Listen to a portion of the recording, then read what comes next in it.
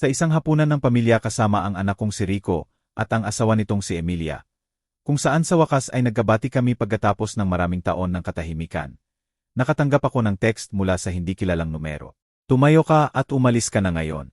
Huwag kang magsasalita sa anak mo. Nagbasya akong sumunod at nalaman ko ang nakakakilabot na katotruthan na nagpatayo ng balahibo ko. 30 minuto pagkatapos, kumatok na ang mga pulis sa pintuan nila. Hindi mo paniniwalaan ang susunod na nangyari. Bago kami magpatuloy, mag-subscribe ka muna sa channel at sabihin mo sa comment kung saan ka nanonood. Ang mga bula ng sabon panghugas ng plato ay nakadikit sa mga tuyot kong kamay habang hinuhugasan ko sa ikatlong beses ngayong linggo ang paboritong tasa ng kape ni Margarita. Parehong gawain tuwing gabi. Hinugasan ng isang plato, isang tinidor, isang tasa na nagmamarka ng isa pang mag-isang hapunan. Ang kusina ay parang malawak na walang laman nang wala ang pag-awit-awit niya habang nagluluto. Wala ang mahinang sermon niya tungkol sa mga pahayagang nakakalat sa mesa. Pinatuyo ko ng maingat ang tasa at inilagay sa drainer kung saan palagi itong nakatayo. Parang altar sa mas magagandang panahon. Ang refrigerator ay humihuni ng malungkot na tono. Puno ng mga lumang larawan na nakasabit sa mga magnet na hindi magkapareho. Napatingin ang mata ko sa larawan ni Rico noong graduasyon niya sa high school. 17 anyos, nakangiti sa kanyang tuga at sombrero. Nakayakap ang braso ni Margarita sa balikat niya. Bago ang mga away, bago ang pera, bago ang katahimikan, biglang pumutol ang matinis na ring ng telepono sa aking pag-iisip na parang kutsilyo. Nahulog ang basang kamay ko sa dish towel habang patuloy ang insistenteng tawag.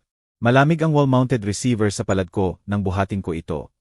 Nakikitaan ang caller ID sa salamin kong pangbasang. Napahinto ang hininga ko sa numerong iyon. Rico. Sandali akong natulala. 1 taon ng katahimikan ang nasa pagitan namin na parang karagatan. Noong huling beses kaming nag-usap, umalis siyang galit matapos kong tanggihan ang paghiram niya ng pera para sa investment niya. Mas maayos sana kung si Margarita ang humawak noon. Palagi niyang alam ang tamang salita. Hello. Mas magaspang ang boses ko kaysa inaasahan. Tatay. Ang boses ni Rico ay may parehong alanganing tono noong bata pa siya, kapag may nasira siyang mahalaga at hindi sigurado kung gaano kalaki ang gulo. Ako ito. Hinawakan ko ng mahigpit ang telepono. Tumitibok ang dibdib ko. Rico, hindi ko inaasahan. Alam ko. Alam kong matagal na. Nagpause siya at narinig ko ang paghinga niya. Matagal na. Sobrang tagal. Dahan-dahan akong lumipat sa aking armchair. Yung pinilit ni Margarita na bilhin dahil sumusuporta raw sa likod ko. Ang leader ay gasgas na sa mga taon ng evening news at Sunday crossword. Kumusta ka, anak? Ayos lang ako. Talagang ayos. Si Emilia at ako. Nag-usap kami at napagtanto namin kung gaano namin namimiss na kasama ka. Kung gaano namin namimiss ang pamilya. Nakabitin ang salitang iyon sa hangin. Pamilya. Na dating naging kami noon. Pride at pera at matigas na katahimikan ang nagtayo ng pader sa pagitan namin. Namimiss ko rin, inamin ko. Nagula sa sariling katapatan ng boses ko. Tatay, pwede bang pumunta ka rito para maghapunan ngayong gabi? Nagluto si Emilia ng pot roast na paborito mo noon at pwede tayong mag-usap. Talagang mag-usap tulad ng dati. Tiningnan ko ang family photo sa side table ko. Si Rico, si Emilia, si Margarita, at ako sa kasal nila 5 taon na ang nakalipas bago lahat magkagulo. Palagi sinasabi ni Margarita, ang pamilya ay nagbabalik sa isa't isa kapag may panahon. Ngayong gabi, nagulat ang boses ko. Alam kong biglaan, pero nagsimula ng magluto si Emilia, at ayaw na naming maghintay pa. Sayang na ang panahon. May kung ano sa boses niya na humila sa puso ko. Isang kahinaan na naalala ko noong maliit pa siya at natatakot sa kulog. Baka tama nga si Margarita. Baka talaga makakapaghilom ang pamilya. Anong oras? Narinig ko ang sarili kong nagsasabi. 7:30. Ay te-text ko ang address. Lumipat kami sa Montclair noong 1 taon. Montclair, mamahaling lugar. Pero ambisyoso naman talaga si Rico noon pa. Darating ako, tatay. Lumambot ang boses niya. Salamat sa pagbibigay sa amin ng isa pang pagkakataon. Pagkatapos ng tawag, naupo ako sa madilim na kwarto. Hawak ang family photo sa nanginginig kong mga kamay. Ngumiti sa akin si Margarita mula sa frame. At parang narinig ko siyang bumubulong. Oras na, Juan. Oras na para umuwi. Ang katahimikan pagkatapos ng dial tone ay iba na. Puno ng posibilidad sa halip na walang laman. Maingat kong ibinalik ang family photo sa side table. At tumayo mula sa upuan na may layunin na hindi ko naramdaman sa loob ng mga buwan. Iba ang gabing ito. Sa gabing ito, babalik ko ang anak ko. Sa itaas, ang kwarto ko ay parang museo ng mga alaala. Nakaayos pa rin ang mga bote ng pabango ni Margarita sa dresser niya. Sumasayaw ang alikabok sa hapon na sinag ng araw na dumadaan sa lace curtain. Binuksan ko ang closet at itinulak ang mga pang-araw-araw na damit at lumang sweater hanggang makita ng daliri ko ang navy suit na nakasabit sa plastic protector. Makapal ang tela sa mga daliri ko. Wool blend na ipinilit ni Margarita nang sorpresahin niya ako para sa graduasyon ni Rico. Kailangan mo raw ng maganda para sa mahalagang okasyon. Sabi niya habang pinapakinis ang lapel ng maingat. At ang graduasyon ng anak natin ay talagang mahalaga. Dinala ko ang suit sa kama at dahan-dahang binuksan. Naalala kung gaano ako kaproud noon nang pumasok sa auditorium.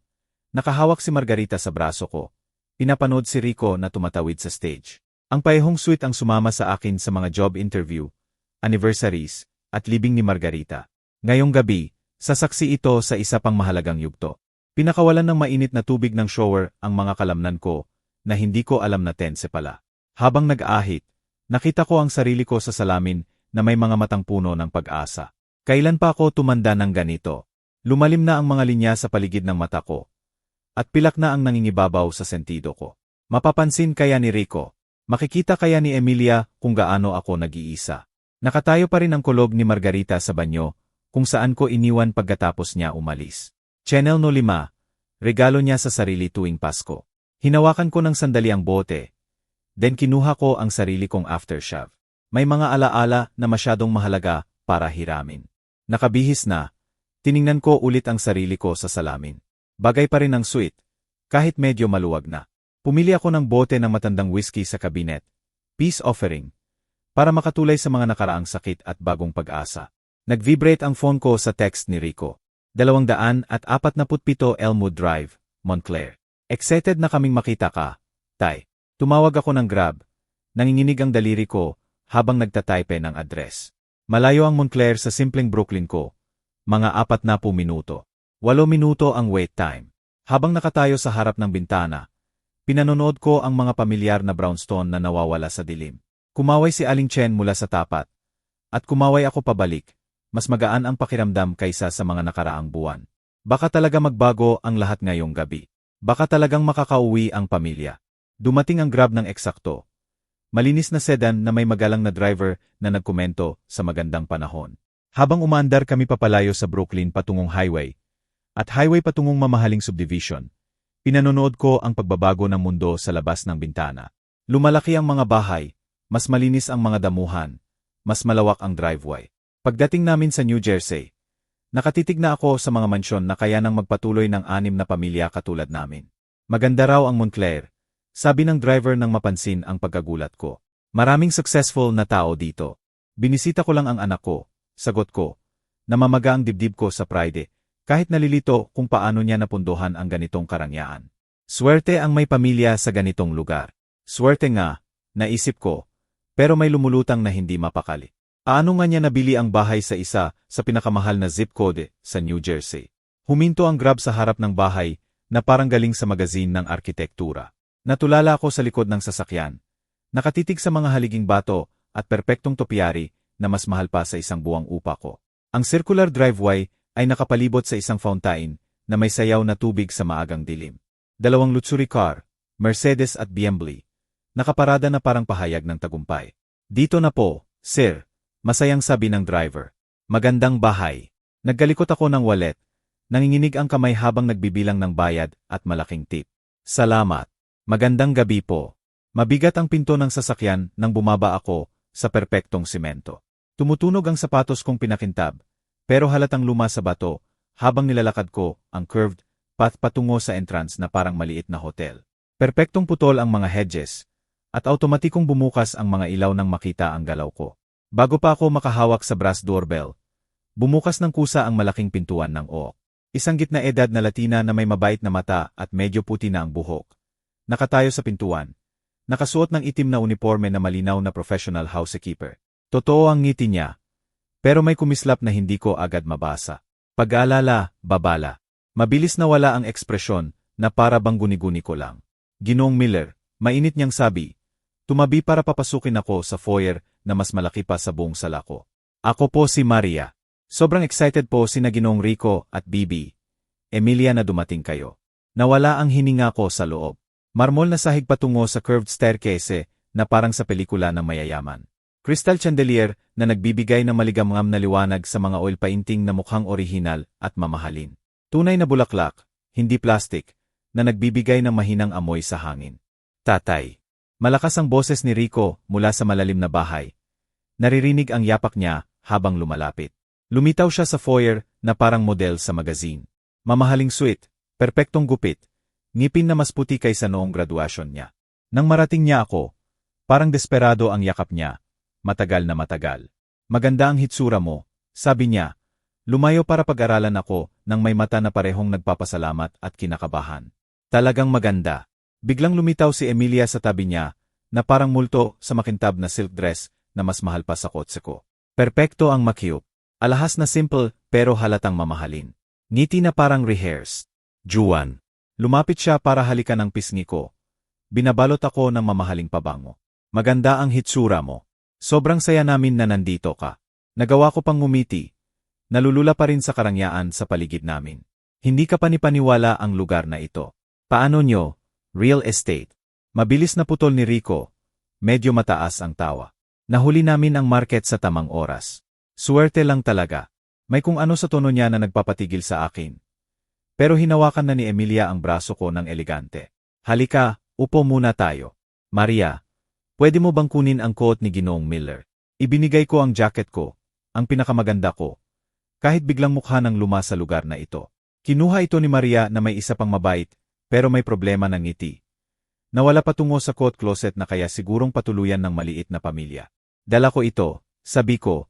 Inaabot ang bote ng whiskey na pinili ko ng maingat. Akala ko pwede nating inumin together.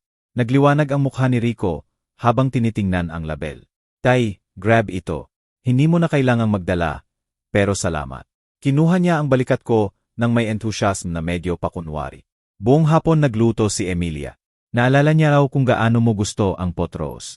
Paano naalala ni Emilia ang paborito kong pagkain? Ilang beses lang kaming nagkainan sa 5 taon. At hindi ko matandaan na napag-usapan namin ang pot roast. Pero sobrang init ng ngiti niya. Sobrang welcoming kaya itinabi ko ang pag-aalinlangan. Sobrang bait nyo, sabi ko sa kanya, seryoso naman, kahit nalilito. Ang pamilya ay nag-alaga sa isa't isa. Sagot niyang malinaw, ikinabit ang braso niya sa akin. Iyan ang pinakamahalaga. Hinintay kami ni Rico patungo sa dining room. Sigurado ang lakad. Pero may tensyon sa mata niya. Nawala na si Maria sa kailaliman ng bahay. Iniwan kaming tatlo sa perpektong larawan ng family reunion.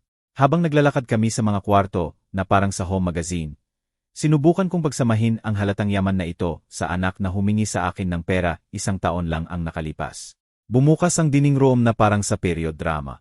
Mahogany table na nakaset para sa 4 na may chinang kumikinang sa ilalim ng chandelier. Pilak na kumikinang sa puting tablecloth at amoy ng pot roast na. Nagmumula sa likod ng swinging door na sigurado akong patungo sa kusina na mas malaki pa sa buong apartment ko.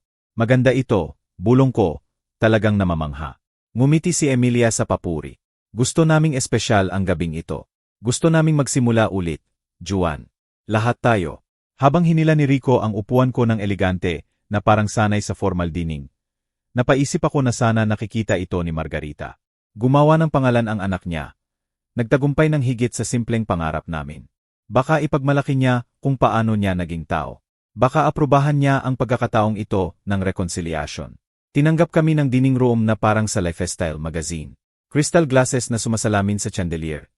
Nagkakalat ng maliit na rainbow sa puting linen. Kumikinang ang pilak sa bonchina na mas mahal pa sa isang buwang kita ko. Bawat place setting ay parang sining. Maraming tinidor na nakaayos ng militar. Napkin na nakatiklop ng perpekto.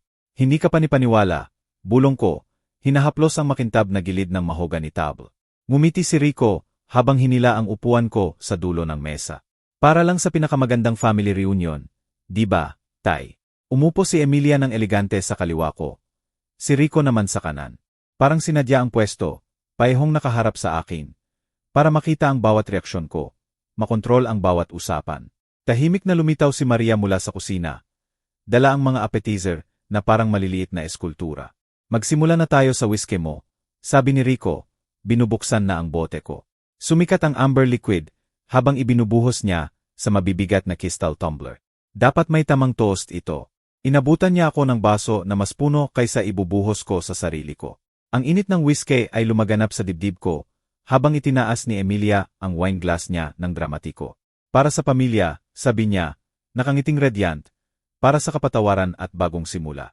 Para kay Margarita, dagdag ni Rico, medyo naputol ang boses. Gusto niya sigurong magkasama tayo ng ganito.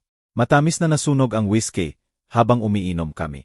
Palaging sinasabi ni Margarita, ang alak ay nagpapaluwag ng dila at puso. Ngayong gabi, napaligiran ng halatang yaman. Naisip ko kung ano kaya ang sasabihin niya sa ganitong karangyaan. Sabihin niyo nga sa akin tungkol sa mga restaurant. Sumandal si Emilia ng may tunay na interes. Sabi ni Rico, nagtayo ka raw ng imperyo mula wala. Masyadong malaki ang salitang imperyo. Sumimsim ulit ako, hindi pangkaraniwang relats. Puro trabaho at tiwala sa tao lang. Palaging sinasabi ni Margarita, ituring ang empleyado na pamilya, ang customer na kaibigan. Huwag kang magpakumbaba, Tay. Pinuno ulit ni Rico ang baso ko bago ko pa mapansin na ubos na. 7 branch na ngayon. Kahanga-hanga iyan kahit kanino. 7. Sinusubaybayan niya pala kahit noong tahimik kami. May mainit na lumawak sa dibdib ko. Baka mas nagmalasakit siya kaysa akala ko. Inihain ni Maria ang soap course ng mahusay. Pero napansin ko ang bahagyang pagyanig ng kamay niya nang ilagay ang mangkok sa harap ko. Mayaman na lobster biscuit sa pinong porcelain. Isa pang palala kung gaano kalayo ang narating namin mula sa simpleng kusina ko sa Brooklyn. Nag-iisip ka ba tungkol sa pagreretiro? Tanong ni Emilia ng kaswal. Hinihiwa ang tinapay ng parang surgeon. Medyo bumagal na ba? Abala pa rin ako sa mga restaurant. Iyan ang itinayo namin ni Margarita. Uminom ako ng mas malaya kaysa dati. Ang magandang kasama at magandang alak ay nagpapalaya sa mga inhibisyon na pinanatili ko sa mga buwan. Bawat branch ay may fingerprint niya. Nagpalit ng tingin sina Rico at Emilia. Nagkunwari akong hindi ko napansin. Parang nag-usap sila ng walang salita. Gaya ng mga mag-asawa pagkatapos ng maraming taon. Hinawakan ni Emilia ng sandali ang kamay ko. Malamig ang daliri niya sa balat ko. Pero hindi ka naman pwedeng magtrabaho magpakailanman. Marahang sabi ni Rico. May naisip ka na ba tungkol sa succession planning? Legal arrangements para sa hinaharap. Medyo specific ang tanong. Pero parang walang masama sa epekto ng alak. Isang araw lang. Anak. Isang araw lang. Dumating si Maria na may main course. Potros na amoy eksakto katulad ng resipe ni Margarita. Paano niya nalaman? Ilang beses lang kaming nagkainan sa maraming taon. Perpekto ito, sinabi ko ng totoo. Eksakto katulad ng ginagawa ng asawa ko. Nakapintura ang ngiti ni Emilia. Gusto kong espesyal ang gabing ito. Para maalala mo na ang pamilya ay nag-aalaga sa isa't isa. Habang kumakain kami, ikinuwento ni Rico ang mga real estate venture niya. Pero nanatiling malabo ang detalye. Nagtanong si Emilia ng mga specific tungkol sa operasyon ng restaurant, profit margins, halaga ng property. Sobrang intense ang curiosity nila, halos profesional. Lumakas ang init ng kwarto habang tumatagal ang gabi. Mas magaan ang ulo ko kaysa nararapat pagkatapos lang ng 2 baso ng whiskey. Masarap na pagkain, magandang kasama, at ginhawa ng reconciliation, sabi ko sa sarili. Wala nang iba. Sinulyapan ni Rico ang relo niya nang akala niya, hindi ko napansin. Sinusubaybayan ni Emilia ang pag-inom ko na parang bartender na nagbabantay sa regular. Gumagalaw si Maria sa pagitan ng kusina at dining room ng kinakabahan. Nahulog ang tinidor na tumunog sa marmol. May kung ano sa gilid ng isip ko. Pero mahirap mag-isip sa whiskey. Parang surreal ang lahat. Parang nanonood ako sa labas ng katawan ko. Kailan pa ako naging mahina sa alak ng ganito? Hinanap ng kamay ko ang phone sa bulsa ng jacket. Opening ng Queens branch noong nakaraang buwan. Ipagmamalaki sana ito ni Margarita sa community. Nag-vibrate ang phone ko sa palad ko habang hinahugot ko ito. Naputol ako sa gitna ng sentence. Sorry, bulong ko. Humihingi ng paumanhin kina Rico at Emilia. Siguro night manager lang sa routine question. Pero hindi ko kilala ang numero sa screen. Local area code, pero ganap na hindi pamilyar. Nakakunot ang noo ko. Nakahover ang hinlalaki sa notification. Emergency sa restaurant ay galing sa kilalang numero. Si Miguel sa Park Slope, si Sarah sa Crown Heights, si Tony sa bagong Queens branch. Nag-vibrate ulit ang phone, mas malakas ngayon. Ayos ka lang ba? Tanong ni Rico. Sumandal ng may labis na pag-aalala. Hindi ko kilala ang numero. Bahagyang tinakpan ko ang screen ng napkin. dahil sa instinct na hindi ko maipaliwanag.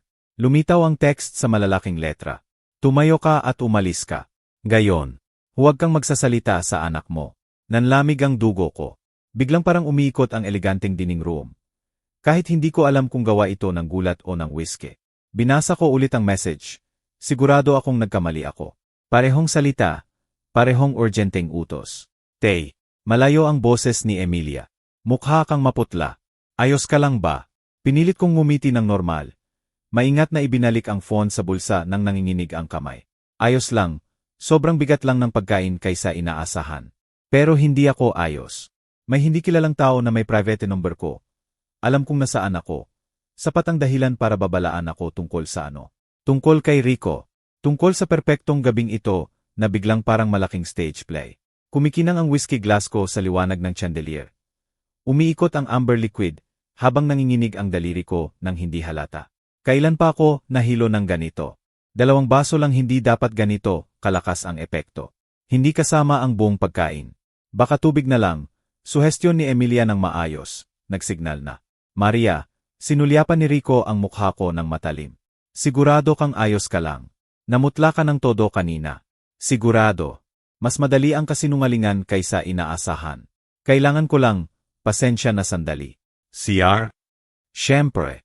Itinuro ni Rico ang hallway. Pangalawang pinto sa kaliwa. Maghihintay kami. Dadating na ang dessert ni Maria. Maingat akong tumayo. Sinusubukan ang balanse ko. Medyo umikot ang kwarto. Pero nagawa ko pa ring lumakad ng normal patungo sa hallway. Sa likod ko, mababa at puno ng pag-aalala ang boses ni Rico at Emilia.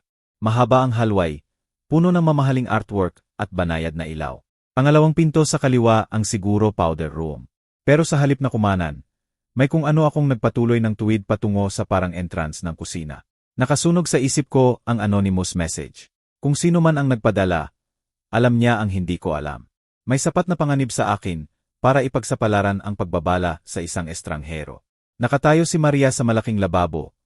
Hinuhugasan ang crystal glass ng mahinahon. Nakatalikod siya sa akin, pero hindi niya ako pinansin. Kahit sigurado akong naririnig niya ang yapak ko sa marmol. Patuloy siya sa trabaho na parang invisible ako. Ang back door ng kusina ay nasa likod niya, patungo sa hardin.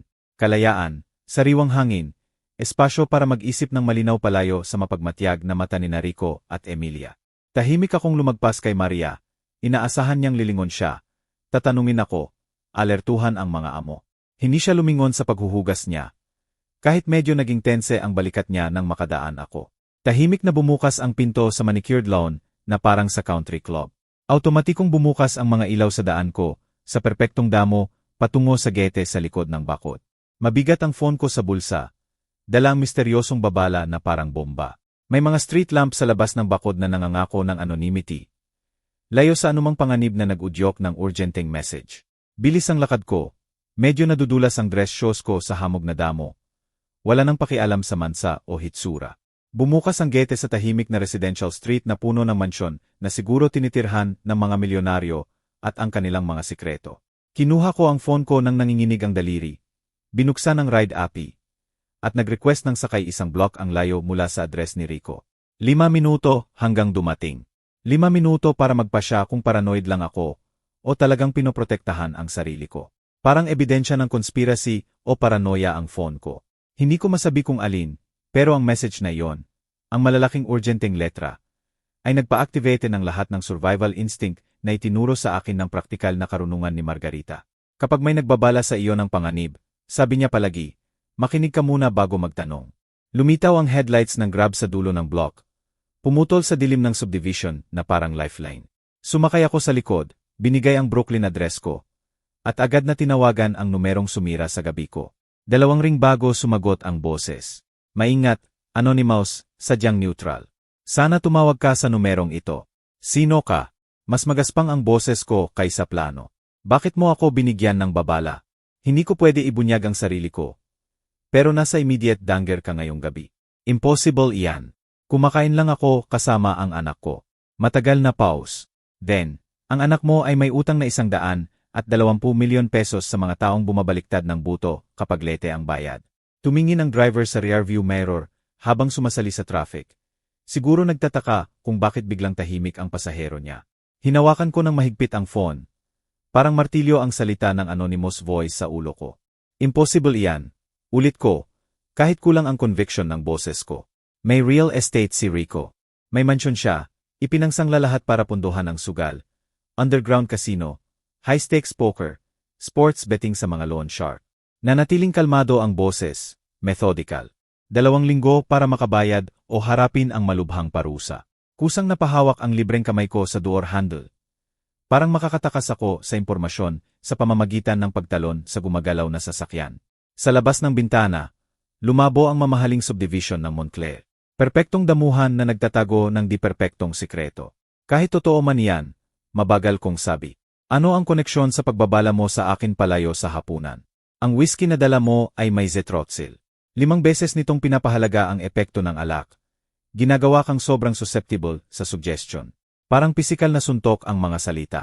Ang hindi pangkaraniwang pagkahilo. Kung paano ako naapektuhan ng 2 baso na parang 6. Ang pagiging handa kong pag-usapan ang business details na karaniwang itinatago ko.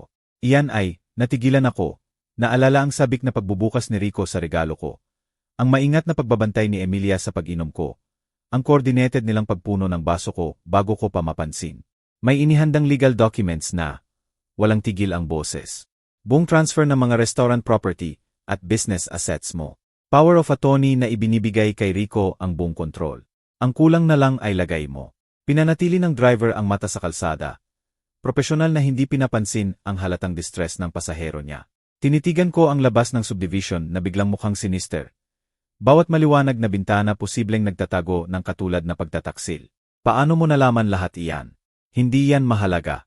Ang mahalaga ay nakatakas ka bago ka makapirma ng kahit ano. Ang zetroxyl kasama ang alak ay pwede magdulot ng memory gap. Madaling sabihin kusang loob mong ibinigay ang lahat. Naisip ko ang nervous energy ni Rico. Ang rehearsed warmth ni Emilia. Ang mga pointed question nila tungkol sa succession at retirement. Na-reply ang gabi sa memorya ko na may bagong nakakakilabot na konteksto. Bawat toast, bawat refill, bawat strategic touch para ibaba ang guard ko. Hindi gagawin ng anak ko iyan. Pero namatay ang protesta sa lalamunan ko. Ang batang minsan humingi sa akin ng bedtime story ay naging lalaking desperado ng sapat para idrog ang sariling ama. Binigyan siya ng loan shark ng 2 linggo. 11 na lang ang natitira. Bakit mo ako tinutulungan? Tanong ko sa wakas. Kasi mali ang plano nila. Kasi karapat-dapat mong malaman ang katotruthan tungkol sa mga taong pinagkakatiwalaan mo. Alam ng anonymous caller ang mga detalye na hindi dapat alam ng estranghero. Halaga ng utang, pangalan ng droga, detalye ng illegal documents.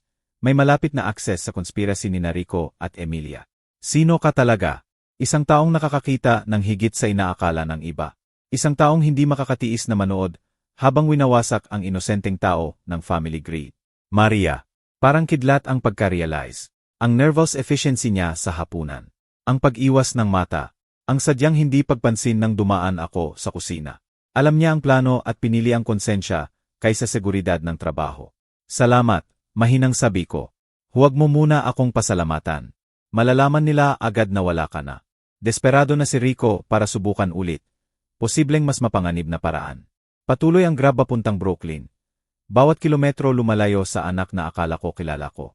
May 3 missed call sa phone ko mula kay Rico. Siguro nagtataka kung ano ang tagal ko sa CR. Ano ang gagawin ko? Protektahan mo ang sarili mo. Palitan ang lock. Sabihin sa abogado mo. Ilipat ang financial assets sa account na hindi ma-access ni Rico. Kilala niya ang business mo ng lubusan. Bawat kahinaan, bawat routine. Tumingin ang driver sa mirror. Kalahati na lang tayo papuntang Brooklyn. Sir, ayos ka lang po dyan sa likod. Tumango ako, hindi pinagkakatiwalaan ang boses ko. Sa phone, naririnig ko ang steady breathing ng anonymous caller. Naghihintay ng susunod kong tanong. Magpapatotoo ka ba kung dadalhin ito sa korte? Hindi ko magagawa, pero ang katotruthan ay may paraan para lumutang kapag hinukay ng mabuti. 3 missed call pa ang lumitaw. Lumalaki na ang panik ni Rico habang lumalaon ang minuto sa CR. Malapit na niyang malaman na sadyang tumakas ako. At gagawin siyang mas mapanganib ng desperasyon. Mag-ingat ka ng husto, babala ng boses. Ang desperadong tao ay gumagawa ng desperadong desisyon. Ang anak mo ay may 11 araw para makahanap ng 100 at 20 milyon o harapin ang mas malala sa bankruptcy.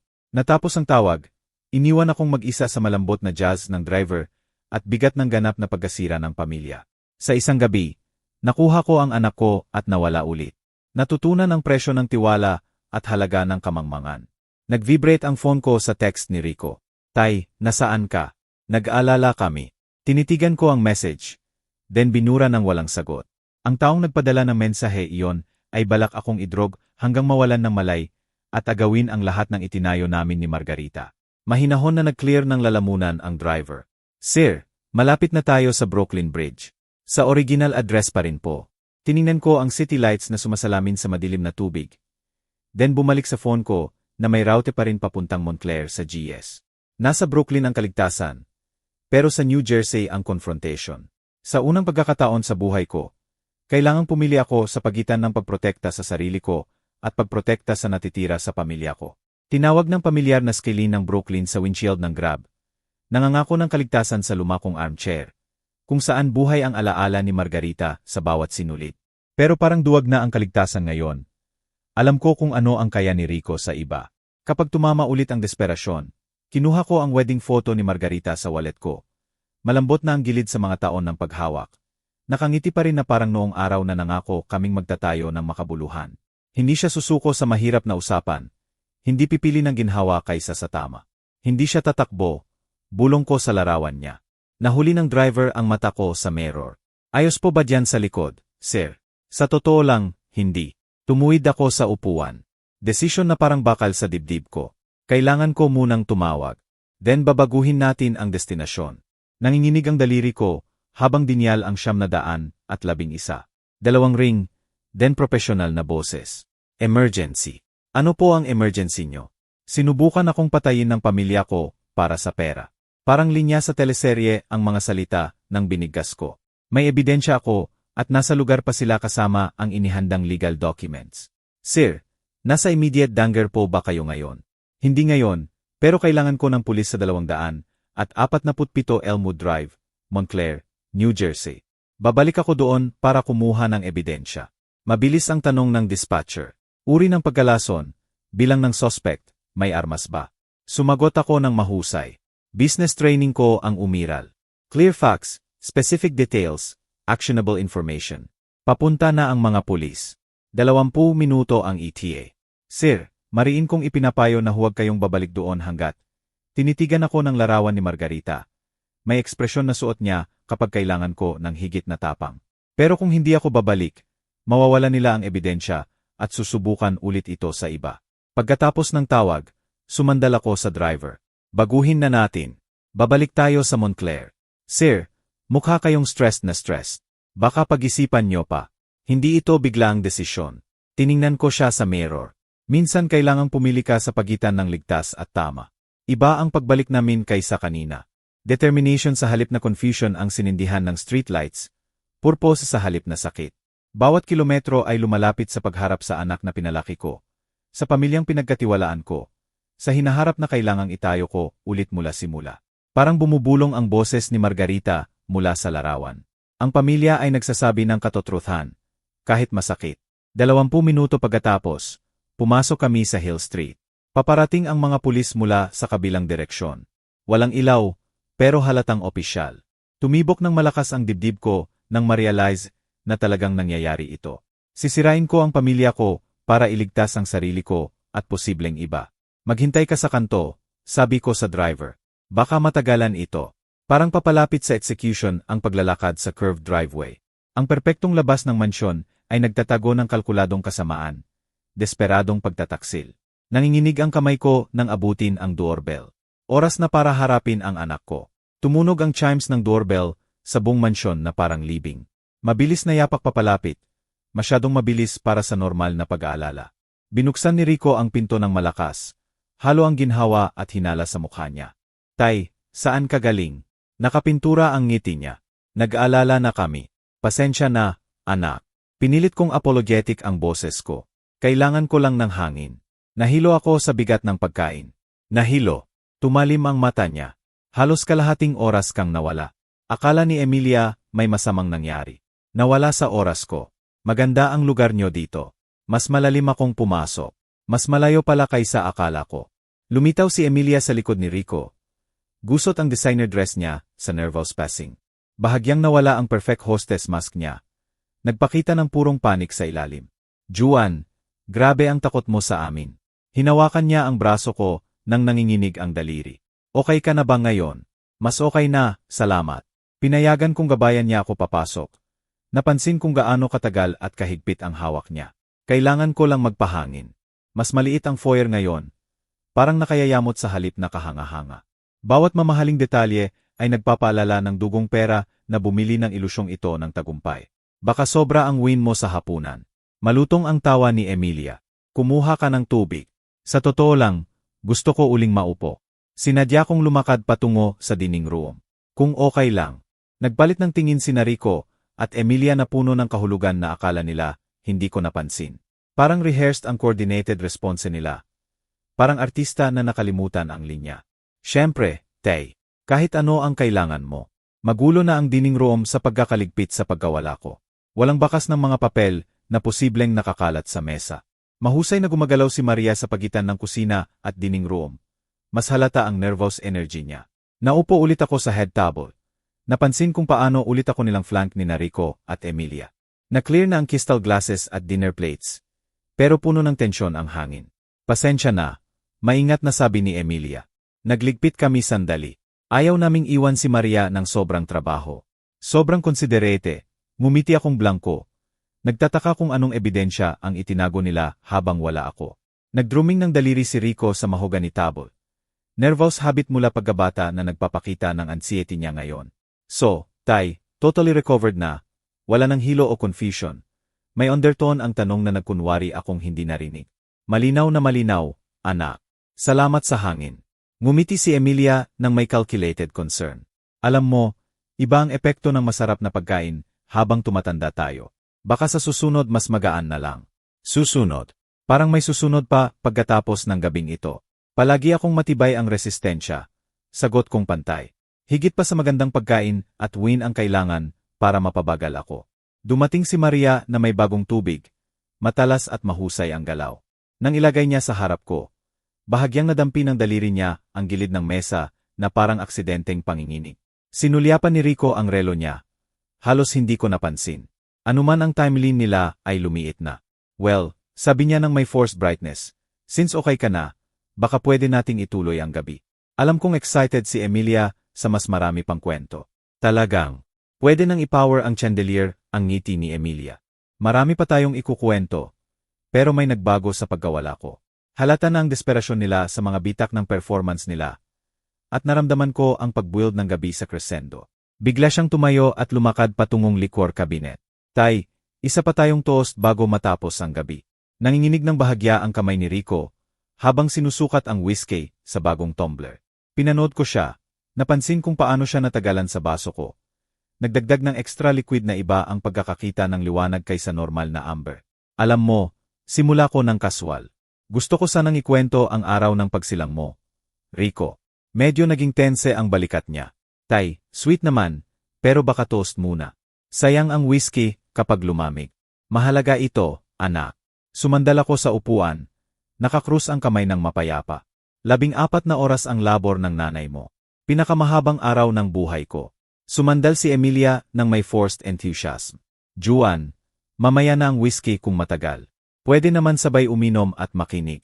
Pasensya, dear. May kwento na hindi dapat madaliin. Pinanood ko si Rico na nagdadala ng mga baso.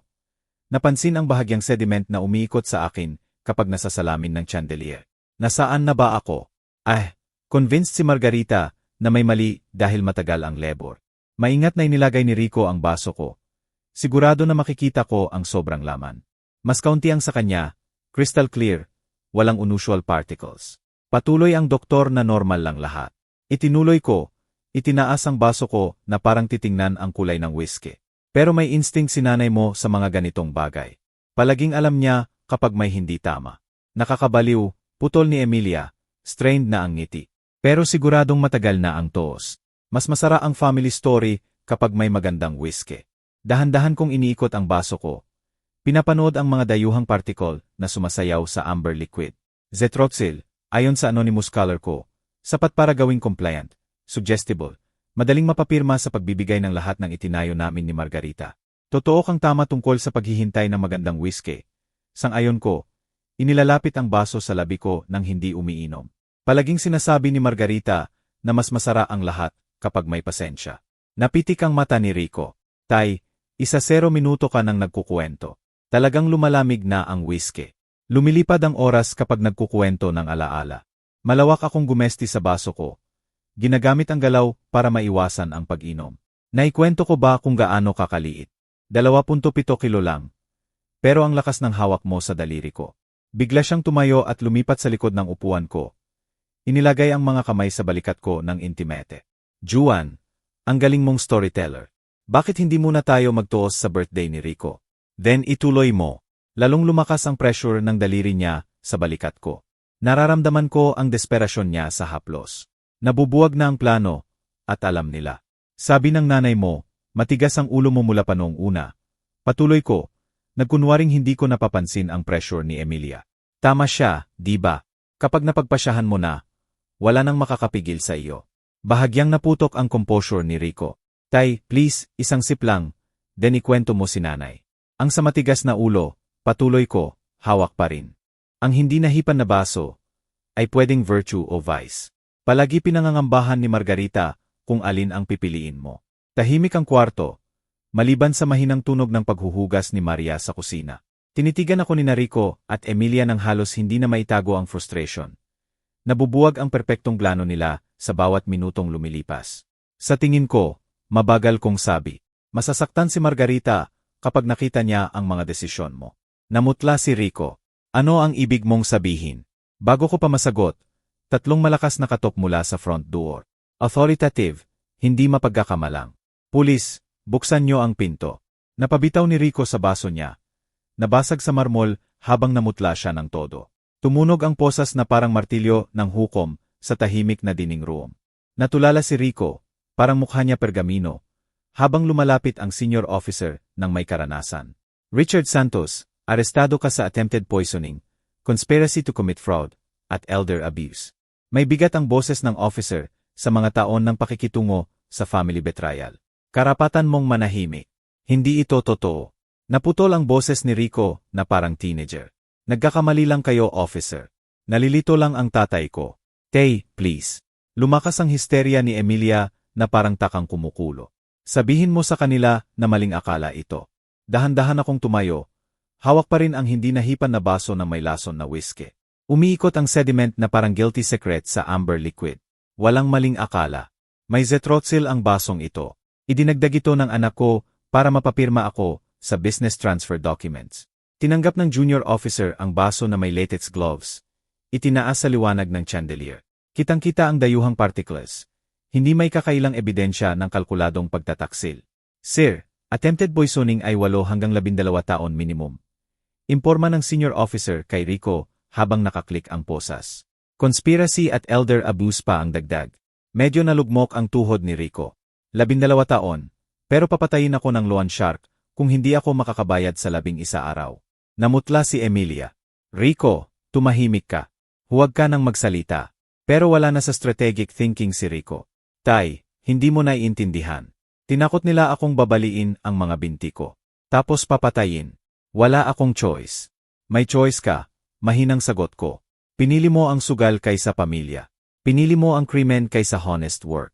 Pinili mong patayin ng lason ang sarili mong ama kaysa harapin ang consequence. Nagpalit ng tingin ang mga officer. Narinig na nila ang desperate justification noon. Pero attempted patricide, para sa utang sa sugal ay partikular na nakakadisturb. Emilia Santos, anunsyo ng junior officer. Arestado ka rin bilang co-conspirator. Hindi. Kinapkapan ni Emilia ang gilid ng mesa. Wala akong plano. Pinilit lang ako ni Rico. Biktima rin ako. Parang narinig na ng senior officer ang depensang iyan noon. Ma'am, nagpapakita ang ebidensya na nag-research ka ng paborito ng biktima at kasali sa druging plan.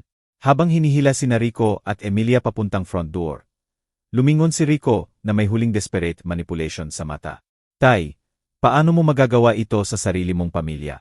Masasaktan si nanay. Pinahahalagahan ng nanay mo ang katapatan kaysa ginhawa. Matatag kong sagot. Hindi niya mapapatawad ang sinubukan nyo ngayong gabi. Lumitaw si Maria mula sa kusina. Sa wakas nawala ang professional mask niya at nagpakita ng satisfaction na may halong lungkot. Nakita niya ang hustisya, pero naiintindihan ang human cost.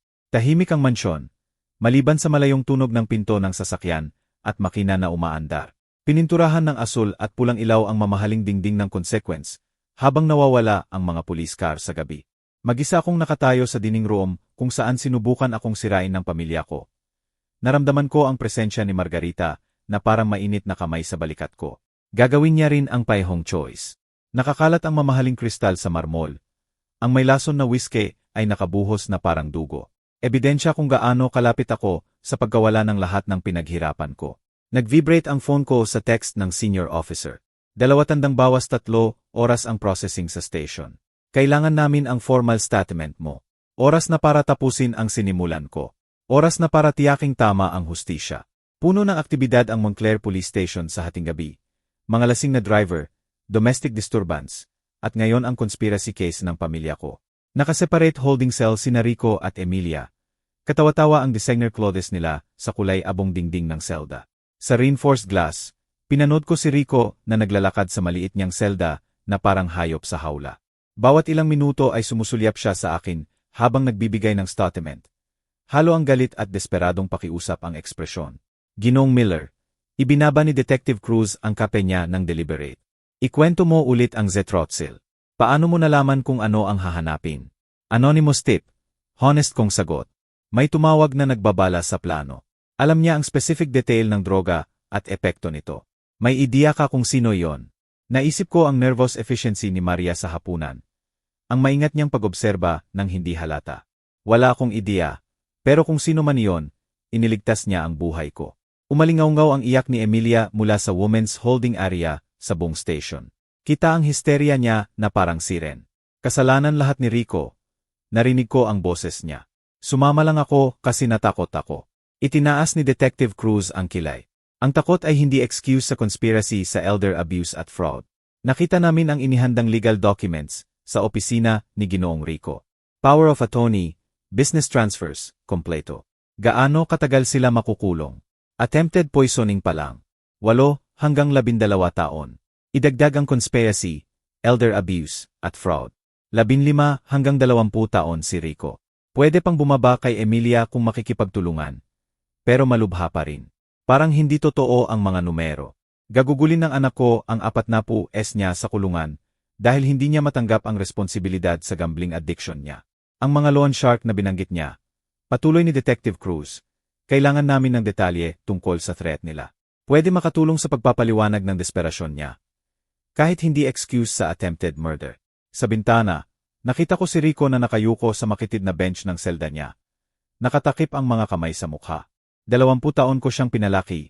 Tinuruan ng tama at mali. Nagtayo ng legacy na pwede niyang mamanahin. Lahat winasak nang hindi niya pagtanggap ng consequence tulad ng adult. Bigla siyang sumigaw sa buong station nang makita ako sa glass. Please, ibabalik ko lahat. Magka-treatment ako. Magbabago ako. Parehong pangako noong huling away namin tungkol sa pera. Parehong manipulasyon na gumana noon nang mas bata pa siya at mas naive pa ako sa enabling. Ginoong Miller, napansin ni Detective Cruz ang outburst ng anak ko.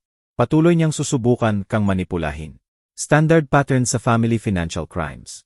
Alam ko, palaging sinasabi ng nanay niya na masyado akong malambot sa kanya. Baka kung mas mahigpit ako noon. Hindi mo kasalanan, sir. Ang adult children ay gumagawa ng sariling choice. Lumitaw si Emilia sa bintana ng selda niya. May luha sa pisngi na parang warpain. Juan, please kausapin mo sila. Sabihin mong pinilit lang ako. Hindi ko naman gustong saktan ka. Pamilyar ang desperasyon niya. Parehong tono ni Rico noon nang mahuli sa kasinungalingan noong bata pa. Walang umamin sa responsibilidad. Parehong sinisi ang circumstances. Detective, kailangan kong magtanong ng mahalaga. Sumandal ako. Decision na parang bakal. Ang anonymous person na nagbabala sa akin. Ipinagsapalaran niya ang lahat para iligtas ang estranghero. Kung alam ko kung sino, gusto kong tulungan. Naiintindihan ko. Kung lalapit siya, ay sasave namin ang cooperation niya. Humihuni ang fluorescent lights sa itaas. Nagbibigay na matigas na anino na nagpapakita ng katotruthan ng walang paligoy-ligoy. Ganap ng gumuho ang perpektong fakade ng pamilya ko. Naglantad ng desperadong kriminalidad sa ilalim. 3 oras pagkatapos, kumpleto na ang paperwork at formal statement. Nakatayo ako sa lobby ng station. Lumapit ang officer na may susi ng sasakyan. Umuwi na po tayo, Ginoong Miller. Ihatid namin kayo sa Brooklyn. Kinuha ko ang phone ko. Tinitigan ang numerong nagligtas ng buhay ko.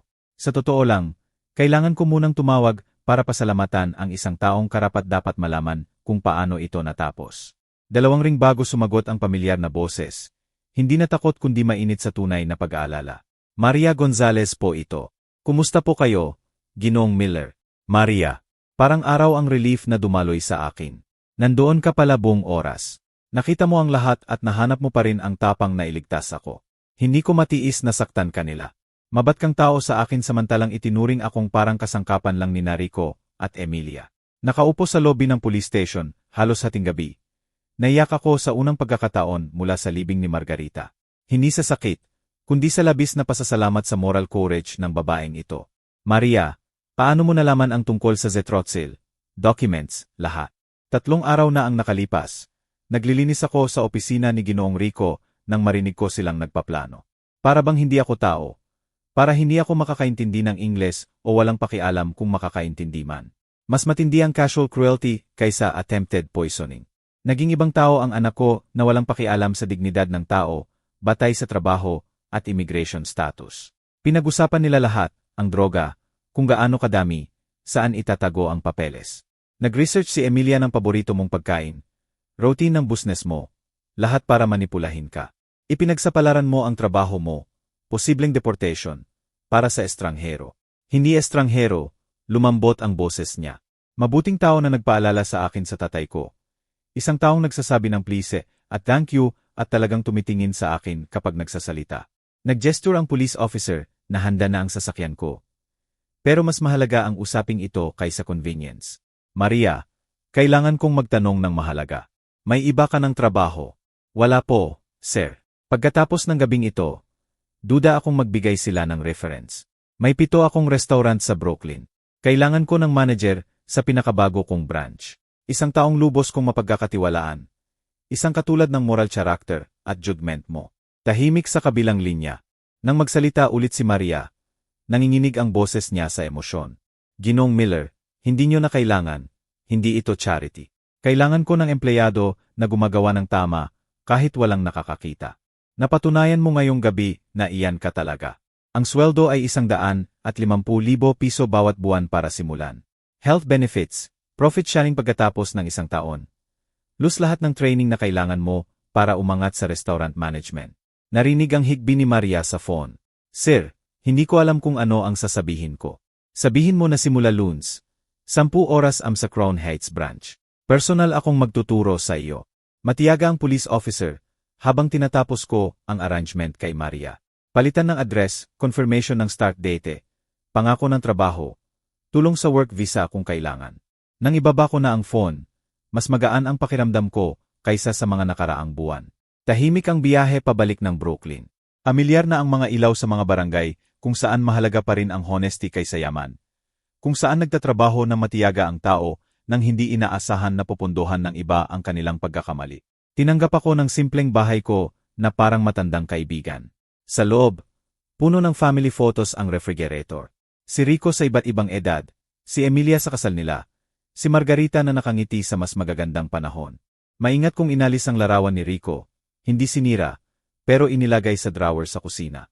May mga alaala na dapat panatilihin, pero hindi araw-araw nakikita. Sumunod ang wedding picture ni Emilia. Nanatili ang larawan ni Margarita sa refrigerator. Aprobado ang ngiti niya sa hustisyang naganap, at bagong pagkakaibigan na nakuha sa moral courage. Sa kalendaryo ko, isinulat ko si Maria, 10 oras am Lunes, sa puwang para sa mahalagang appointment. Sa ibaba, bagong simula.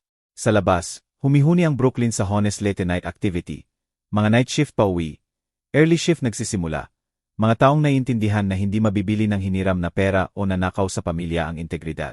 Magugustuhan sana ni Margarita ang kwento ni Maria. Palagi niyang sinasabi, ang pinakamagaling na empleyado ay yung gumagawa ng tama sa tamang dahilan. Kahit gaano kalaki ang personal cost. Nag-vibrate ang phone ko sa huling text mula kay Detective Cruz. Formal charges na sa 2 suspect. Trial sa Agosto. Mahalaga ang testimonya mo. Pinatay ko ang ilaw at umakyat sa itaas. Sa wakas handa nang makatulog ng mapayapa. Bukas ay may bagong hamon. Pero ngayong gabi na panalunan ng hustisya ng mabubuting tao na gumawa ng mahirap na desisyon. Sa kwarto ko, nakatayo pa rin ang kulog ni Margarita sa dresser. Paalala na ang pag-ibig ay nangangahulugan ng pagprotekta sa tao mula sa pinsala. Kahit galing ang pinsala sa pamilya, lalo na kapag galing sa pamilya. Kung gusto mo ang kwentong ito, please like ang video, mag-subscribe sa channel, at i-share ang iyong reaksyon sa comment. Para sa susunod na kwento, i-click ang box sa kaliwa. Salamat sa panonood.